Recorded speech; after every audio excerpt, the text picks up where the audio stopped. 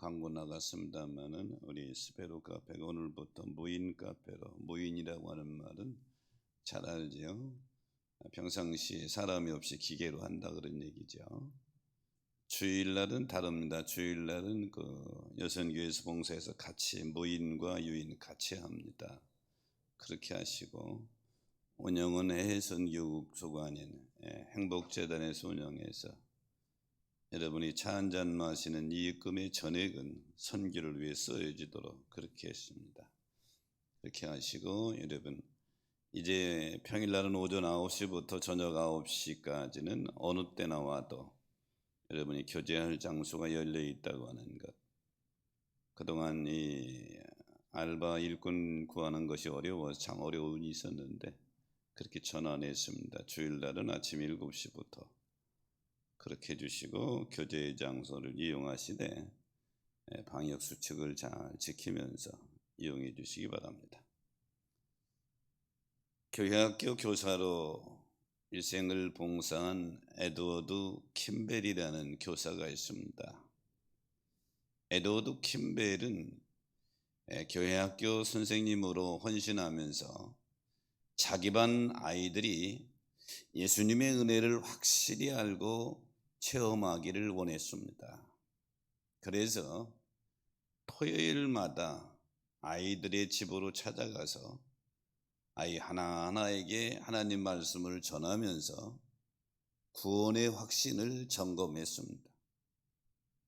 하루는 학교를 포기하고 삼촌 구두방에서 일하는 아이를 찾아갔습니다. 그 구두방 작업실에서 그 아이에게 하나님 말씀을 가르치고 예수님을 구주로 영접하도록 인도했습니다. 킴벨은 그 아이에게 끊임없이 하나님의 말씀을 가르치고 상양육했습니다. 그 아이가 훗날 수백만 명에게 복음을 전한 D.L. 무디입니다. 무디는 전도할 때마다 자신의 극적인 변화에 대해서 말하면서 성경은 정보를 위한 책이 아니라 변화를 위한 책이라 이렇게 전개했습니다. 교회학교 교사 캠벨의 열정이 무디라고 하는 위대한 인물을 길러내게 된 것입니다. 오늘이 어린이 주일입니다.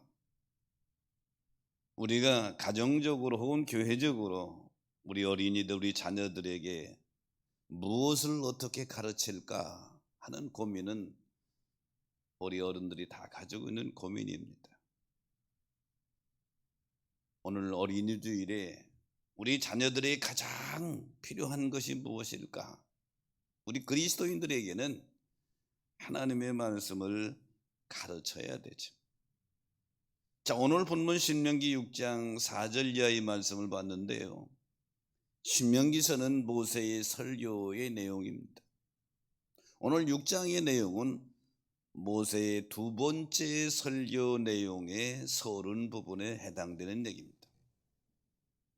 저는 오늘 어린 주일에 본문의 말씀을 가지고 자녀들에게 꼭 가르쳐야 될 것이 무엇인가, 그래서 자녀들에게 꼭 가르쳐야 할 것, 이런 제목을 가지고 은혜를 나누고자 하는데요. 우리 그리스도인으로서 자녀들에게 꼭 가르쳐야 될 게 무엇이냐? 첫째는 여호와는 오직 유일한 하나님이심을 가르쳐야 합니다. 오늘 본문 4절에 보니까 이스라엘아 들으라, 우리 하나님 여호와는 오직 유일한 여호와시니, 이렇게 말씀하고 있죠. 여기 이스라엘아 들으라 하는 원문은 쉐마 이스라엘입니다. 그래서 본 구조를 쉐마라고 부르기도 합니다. 쉐마라는 말은 들으라는 뜻이죠. 그리고 쉐마 이스라엘 뒤에 우리 하나님 여호와는 오직 유일한 여호와시니, 이렇게 말씀하고 있죠. 즉 모세가 자기 백성들에게 설교하는 두 번째 설교에서 너희가 꼭 들을 것이 있는데 우리 하나님 여호와는 유일하신 여호와시다. 한 분밖에 없는 여호와시다. 신학적인 용어로 말하면 오직 예수라고 하는 것입니다. 디모데전서 2장 5절에 보면 하나님은 한 분이시요 또 하나님과 사람 사이의 중보도 한 분이시니 곧 사람이신 그리스도 예수라 이렇게 말씀합니다. 그러므로 우리가 사랑하는 자녀들에게 꼭 신앙적으로 가르쳐야 될 것이 첫 번째는 오직 예수의 신앙을 가르치시기를 축원합니다. 오직 예수의 신앙을 가르쳐야 돼요. 시브리서는 시브리인들에게 전하는 복음의 메시지가 담긴 그런 책이 히브리서입니다. 시브리서 12장에 보면 그리스도인이 고난과 어려움을 만났을 때에 취해야 될 자세에 대해서 언급합니다. 성도들이 이 나그네 인생을 살아갈 때 고난과 어려움을 당할 때 어떻게 해야 되는가? 12장 2절에 보면 믿음의 주요 또 온전케 하시는 이는 예수를 바라보자. 그는 그 앞에 있는 기쁨을 위하여 십자가를 참으사 부끄러움을 개의치 아니하시더니 하나님 보좌 우편에 앉으셨느니라. 이 히브리서 기자는 매일의 삶 속에서 그리스도인들은 예수를 바라보라는 것입니다. 어려움을 만났을 때에, 고난 중에 있을 때에 세상에 자꾸 눈을 돌리려고 하지 말고 십자가에 달리신 예수 그리스도를 바라보라는 것입니다. 그리스도인들에게 고난은 예수 그리스도를 바라보라는 하나님의 사인의 하나인 것입니다. 그러므로 우리의 삶은 유혹의 연속이고 고난에 연결된 시간들이 많이 있습니다. 이럴 때에 우리 그리스도인들이 해야 할 일은 예수를 바라보는 것을 제우선으로 해야 될 줄로 믿습니다. 역대하 20장에 보면 유다의 네 번째 왕이 여호사밧 왕입니다. 여호사밧 왕 때에 큰 위기를 만납니다. 모압과 암몬 연합군이 유다를 침략해 옵니다. 여호사밧 왕은 자기들의 국력과 힘으로는 이 연합군을 물리칠 방법이 없어요. 이때 역대하 20장 12절에 보니까 여호사밧 왕이 취하는 모습을 봅니다. 우리 하나님이여, 우리가 대적할 능력이 없고 어떻게 할 줄도 알지 못하옵고 오직 주만 바라보나이다. 오직 주만 바라보나이다. 여호사밧 왕은 국가의 존망이 달린 전쟁터에서, 전쟁 위기 앞에서 자기들의 힘으로는 도저히, 자기들의 군사력으로는 연합군을 물리칠 수가 없으니 오직 주만 바라봅니다. 오직 하나님만 바라봅니다. 그랬더니 하나님이 연합군의 연합이 깨어지게 하사 서로 치고받게 합니다. 역대하 10장 23절에 보니까 모압과 암몬과 모압 자손이 일어나서 세일 주민들을 멸한 후에 또 암몬과 모압 그들이 서로 쳐 죽여서 여호사밧 왕 유다의 군대가 하나도 동원되지 않고 자기들끼리 지리멸렬합니다. 여기서 여호사밧 왕은 고난 중에, 위기 중에 하나님을 바라보았더니 위기에서 승리할 수 있도록 하나님이 역사하셨죠. 그러므로 우리가 이 나그네 험난한 세상길에서 우리 사랑하는 자녀들이 세상적으로도 신앙적으로도 승리하는 삶의 삶이 되기를 소원하고 원하는데, 자녀들에게 꼭 가르쳐야 될 것이 무엇인가? 오직 예수 신앙을 꼭 가르치시기를 축복합니다. 옛날 한 노인이 아들과 함께 깊은 산속에 살고 있는데 이 아들의 성격이 매우 활달하고 용감했습니다. 그런데 이 노인 무모한 아들의 용기 때문에 늘 걱정스럽습니다. 혹시 맹수에게 잡혀 먹히지는 않을까? 저 무모함이 낭떠러지에 떨어져서 죽지는 않을까? 그래서 노인은 아들을 불러놓고 훈계를 합니다. 야, 너는 우리 가문의 혈통을 이을 유일한 사람이다. 맹수들의 공격으로 목숨을 잃을 수도 있고 낭떠러지에 떨어 죽을 수도 있으니 이제 오늘부터는 사냥을 하지 마라 금한다. 그날부터 아들은 집에만 머물게 됩니다. 노인은 매일 맹수의 음성을 설명하고 아들은 노인 아버지의 말을 들으면서 점점 겁쟁이로 변해갑니다. 그러다가 어느 날 아버지가 없는 날 밖에 나갔다가 이 아들이 사자를 만나게 됩니다.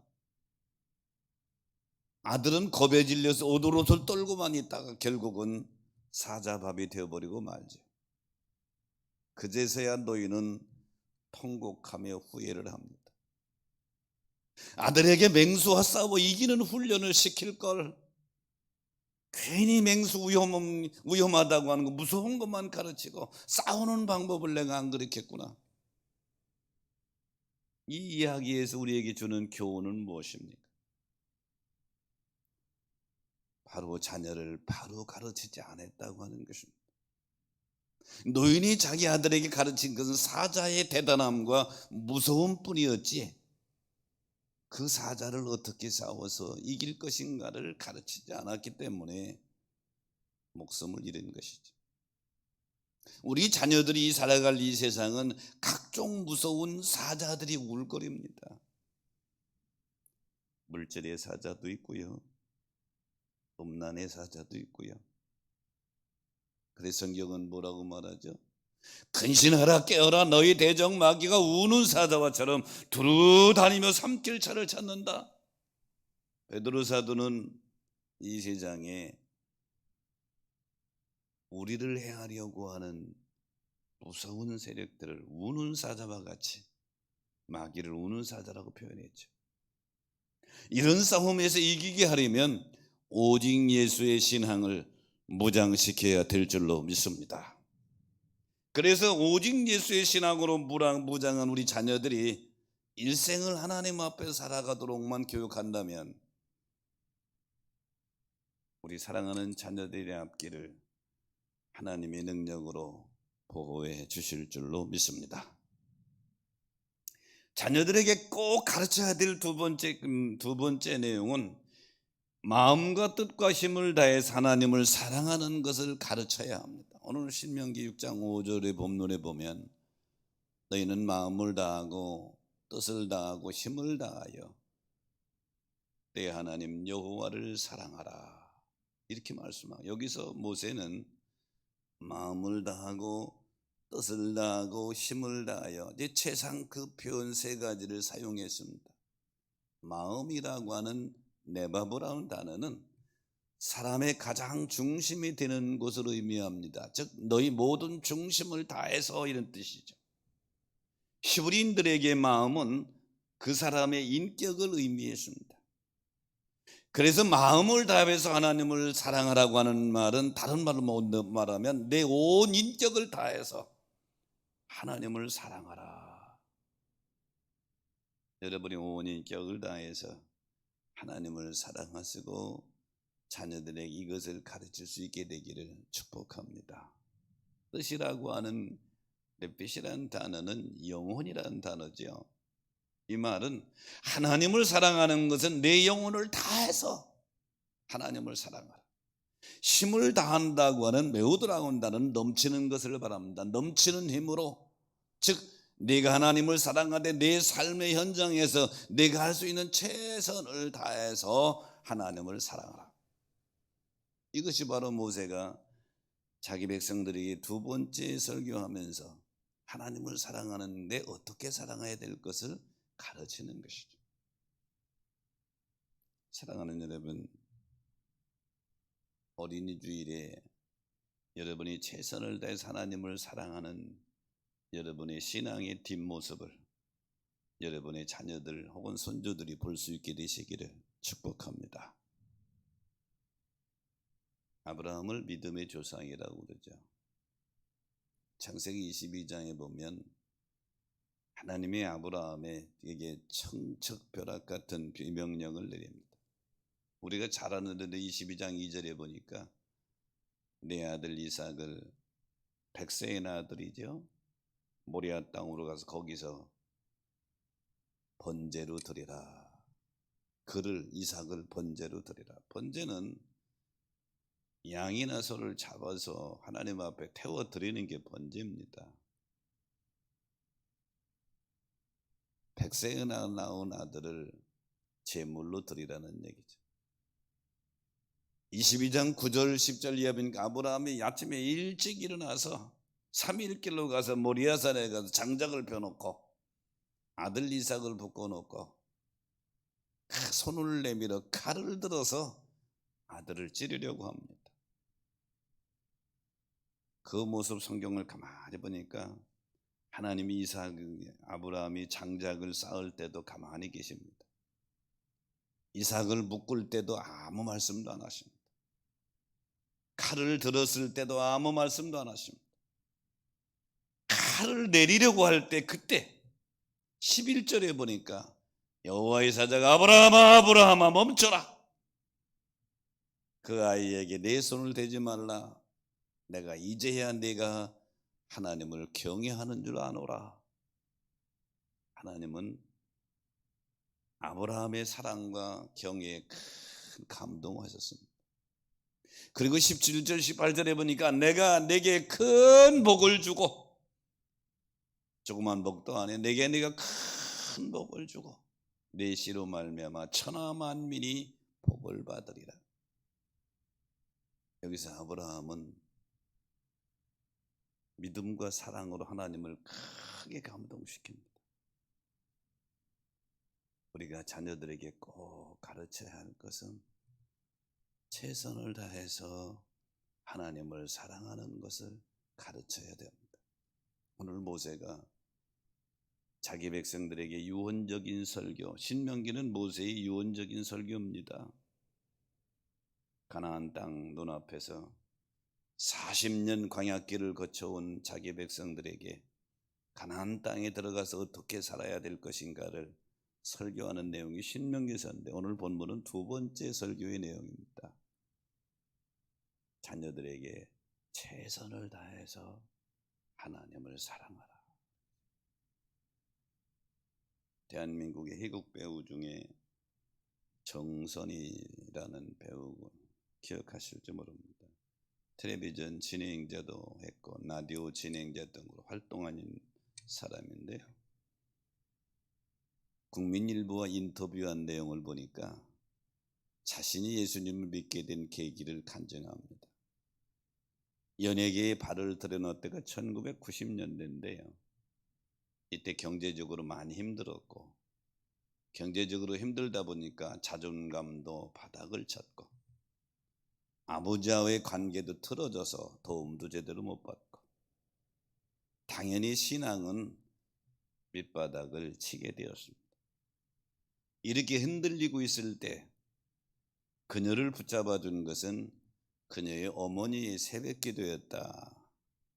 어머니의 손에 이끌려 나간 교회에서 하나님의 사랑을 느끼게 되었다고 그랬습니다.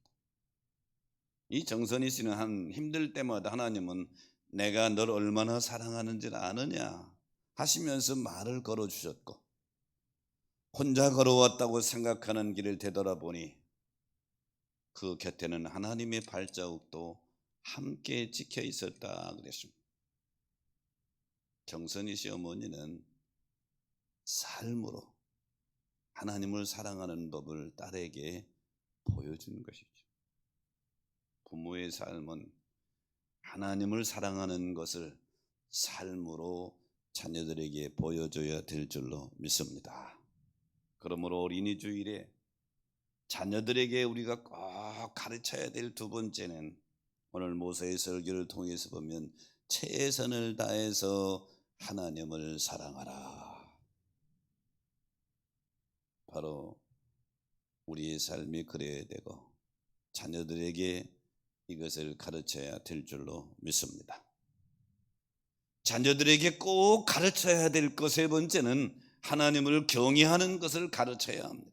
오늘 본문 12절 13절에 보니까 여호와를 잊지 말고 내 하나님 여호와를 경외하며 그를 섬기며 그의 이름으로 맹세할 것이니라 이렇게 말씀하고 있죠. 여기 말고라고 하는 단어 패는 한글 성경처럼 결과를 의미하는 내용은 아닙니다. 목적을 의미하는 단어로 쓰였는데 여호와를 잊지 않기 위하여 이런 뜻입니다. 그래서 본문에서 강조하는 것은 조심하라고 하는 말이 아니라 잊지 말라 하는 뜻이죠. 이스라엘 백성들은 틈만 나면 하나님을 잃어버리고 등을 돌렸습니다.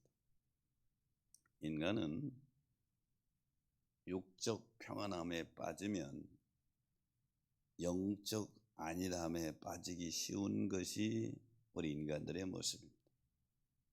영적 안일함에 빠지지 않기 위해서는 하나님을 경외해야 하는 것입니다.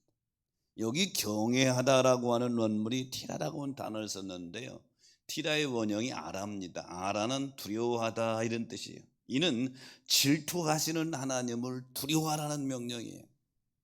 그러니까 우리가 하나님을 경외할 때에 두렵고 떨리는 모습으로 예배한다가 경외라고 하는 단어의 의미예요. 우리가 신앙생활할 때 하나님은 사랑이시다 이것만 알면 안 돼요. 물론 하나님은 사랑의 하나님이에요. 두 번째 또 알아야 될 거, 하나님은 두려움의 하나님이시다.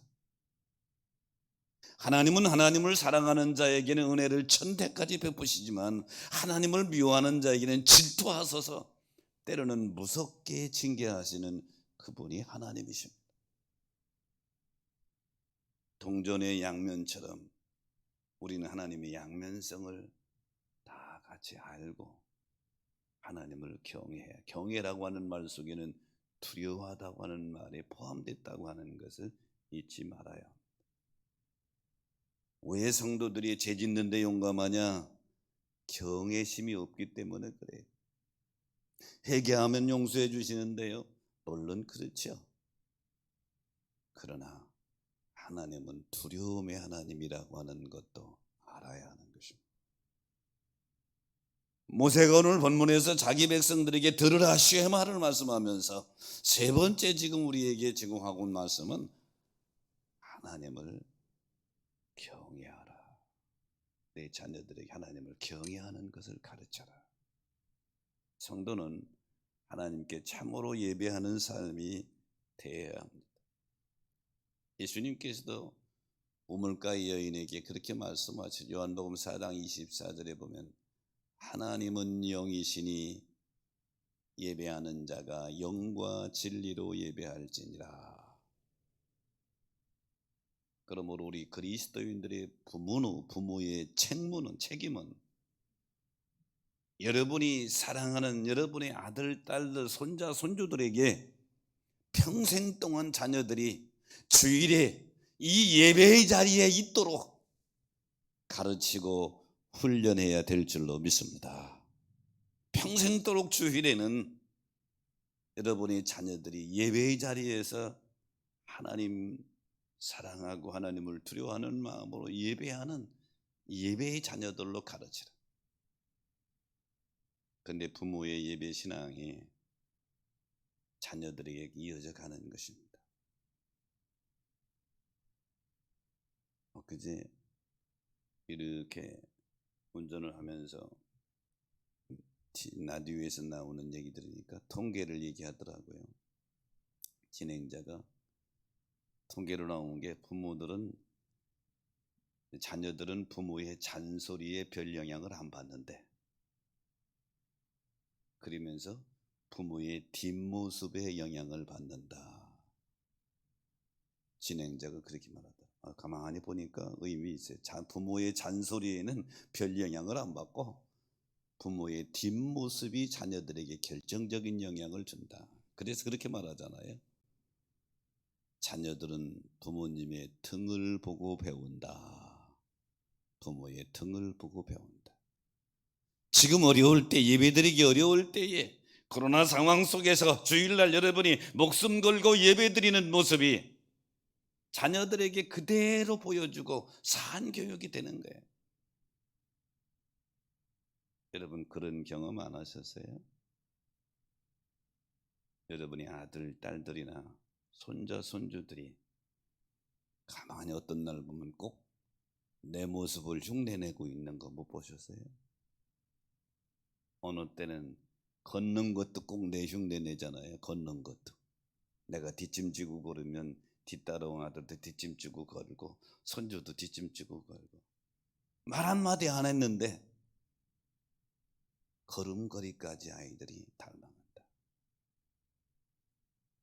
그러므로 자녀들은 교육할 때 중요한 것은 잔소리로 교육하는 게 아니고 삶으로 교육할 때 가장 영향력이 있는 것입니다. 그러므로 자녀들에게 꼭 가르쳐야 될 세 번째는 하나님께 예배하는 신앙을 가르쳐야 되는데 이것은 말보다는 부모의 삶으로 그렇게 가르칠 수 있게 되시기를 축복합니다. 시편 128편은 성전 순례시 읊었던 시 가운데 9번째 시입니다. 시편 128편에 보면 여호와를 경외하며 그 도를 행하는 자가 받는 복에 대해서 쭉 말씀하십니다. 1절 이하에 보면 하나님을 경외하는 자에 허락된 축복이 있는데 첫째, 남편이 받는 축복은 뭐냐? 128편 2절에 보니까 내가 내 손이 수고한 대로 먹을 것이다. 하나님을 잘 경외하는 자가 남편이 받는 복은 자기가 일하는 대로 땀 흘린 대로 거두는 그런 축복을 받을 것이다. 현대도 그런 경향이 많이 있지만 고대 세계에서는 수고한 대로 받지 못하는 경우가 너무 많았습니다. 그런데 하나님을 잘 경외하는 자에게 그 남편들에게는 모든 환경 속에서 하나님이 돌보시고 지키시고 보호해 주심으로 수고한 대로 거두는 축복을 주실 것이다. 그 아내들이 받는 축복은 뭐냐? 3절에 보니까 내 집 안방에 있는 내 아내는 결실한 포도나무 같으며 아내에게는 다산의 축복을 주겠다. 이 당시 시편 128편에 기록될 당시의 가정의 축복은 자녀가 많을수록 축복인 것입니다. 아내에게 자녀를 많이 낳는 축복을 주어서 가정의 번영과 화목의 축복을 줄 것이다. 그럼 자녀들이 받는 축복은 뭐냐? 3절에 보니까 내 식탁에 둘러앉은 자식들은 어린 감람나무 같을 것이다. 자녀들은 어린 감람나무, 감람나무는 무성하게 활력 있게 성장하는 나무가 감람나무인데 자녀들이 신선하고 활력 있고 건강한 모습으로 잘 자라는 축복을 주실 것이다. 이런 뜻이죠. 가정이다. 오늘 첫 주 어린이 주일입니다. 여러분 모든 가정에 하나님의 축복을 누리는 가정이 되시기를 축원합니다. 자녀들에게 그러려면 철두철미하게 예배하는 신앙으로 가르쳐야 합니다. 목숨보다도 더 귀한 내 사랑하는 자녀. 언젠가 우리 아들이 그랬더라고요. 영상으로 통화하는데 우리 손주가 이제 돌이 지나서 이제 19개월 됐는데요. 우리 아들이 아빠, 아들이 그 녀석이 이름이 이선이에요. 나 이선이를 위해서 죽을 수도 있어. 그러냐? 네가 점점 이제 아버지의 마음이 뭔지를 아는구나. 우리 아들만 그렇게 했어요. 모든 부모들이 자녀를 위해 죽을 수도 있다. 죽어야 될 상황이 있다면 내주 생명처럼 사랑하죠. 내 생명처럼 사랑하는 자녀들에게 꼭 가르쳐야 될 것이 뭐냐? 그리스도인으로서 세 번째가 바로 예배하는 신앙이라는 것이죠. 가르칠 수 있게 되시기를 주의 이름으로 축원합니다. 미숙아로 태어나서 중학교도 졸업하지 못하고 자퇴한 아이 있었습니다. 그런데 이 아이가 만 15살에 최연소 연세대 법대에 합격했습니다. 그리고 이 아이는 21살에 최연소 사법시험에 합격하게 됐습니다. 이 아이를 키운 사람이 누구냐 하면 서울 동작구의 개척교회하는 한학교회의 장애영 사모입니다. 이 사람이 책을 2권 썼는데요. 엄마의 기준이 아이의 수준을 만든다. 엄마의 마음 크기가 아이 인생 크기를 만든다 하는 책도 썼습니다. 이 장사모는 어떻게 그렇게 미숙아로 태어나서 면역력이 약한 아이를 이렇게 훌륭하게 키우냐는 질문에 주교양양육법으로 키웠다 그랬어요. 주교양양육법은 에베소 6장 4절의 말씀입니다. 자녀를 노엽게 하지 말고 오직 주의 교양과 훈계로 양육하라. 에베소 6장 4절에 쓰여질 때는 로마 시대입니다. 로마 시대에서 자녀는 부모의 소유물이었습니다. 부모가 마음대로 하고 부모가 심지어 팔 수도 있었습니다. 로마 시대에. 이런 시대에 에베소 6장 4절은 너희 자녀를 노엽게 하지 말고 오직 주의 교양과 훈계로 양육하라. 이 장사모는 이 말씀을 바탕으로 자녀를 양육했다고 그랬어요. 장사모의 이 간증을 보면 미숙아로 태어난 아들, 면역력이 약해서 늘 병을 달고 다니는 아들 때문에 낙심을 많이 했대요. 그러다가 자녀 양육에 있어 내가 할 수 있는 일은 없다. 이것을 깨닫고 주님께 아들을 맡기기로 작정하니 그 뒤로 마음이 평안히 찾아왔고, 그리고 에베소 6장 4절의 말씀을 근거로 양육했더니 아들이 잘 믿음 안에 성장했다는 얘기죠. 그리고 그런 마지막 인터뷰에서 이렇게 말했습니다. 공부 잘해 출세하는 게 인생의 성공은 아닙니다. 분명 당장은 성공한 것 같아도 하나님 없는 성공은 곧 무너지게 되어 있습니다. 왜냐하면 우리의 존재 이유는 하나님을 영화롭게 하는 것이기 때문입니다. 자녀에게 가르칠 것은 공부를 출세하는 게 아니라 하나님을 예배하고 경외하는 것이어야 하지 않을까요? 물론 사모님이기 때문에 이렇게 말할 수도 있습니다. 이 장사모님은 자기 아들 미숙아를 일반 학교도 제대로 다닐 수 없었던 연약한 아이들 이렇게 키울 수 있었던 것은 주교양 양육법으로 가르쳤다. 사랑하는 성도 여러분, 여러분의 아들, 딸들이 다 키우시는 분들은 손자, 손주들이 모든 사람들에게 인정받고 하나님의 사랑받으며 멋진 일생을 살아갈 수 있는 그런 자녀들로 성장되게 되기를 축원합니다. 그러려면 오늘 모세가 설교한 3번째 내용에서는 하나님을 경외하는 법을 가르쳐라. 사랑하는 여러분, 여러분의 자녀들이 이 땅에서 잘 되시기를 축원합니다. 하나님의 축복의 주인공이 되시기를 축복합니다. 자녀 교육은 우리 모든 사람들의 고민이고 숙제입니다. 어느 부모치고 자기 자녀들, 아들, 딸 혹은 손주들이 잘 자라기를 원치 않는 부모가 어디 있겠어요? 모두가 다 잘 자라기를 원하지만 요즘에 뉴스에 나오는 내용들을 보세요. 동생이 누나를 죽이지를 않나, 자식이 부모를 죽이지를 않나, 이렇게 무서운 시대에 우리가 살아가고 있습니다. 물론 본인들에게도 문제가 있지만 더 중요한 것은 그들을 잘 가르치지 못한 우리 부모들에게 일차적인 책임이 있다고 보아야 할 것입니다. 자녀들은 태어날 때 문제아로 태어나는 게 아니에요. 백지장과 같아요.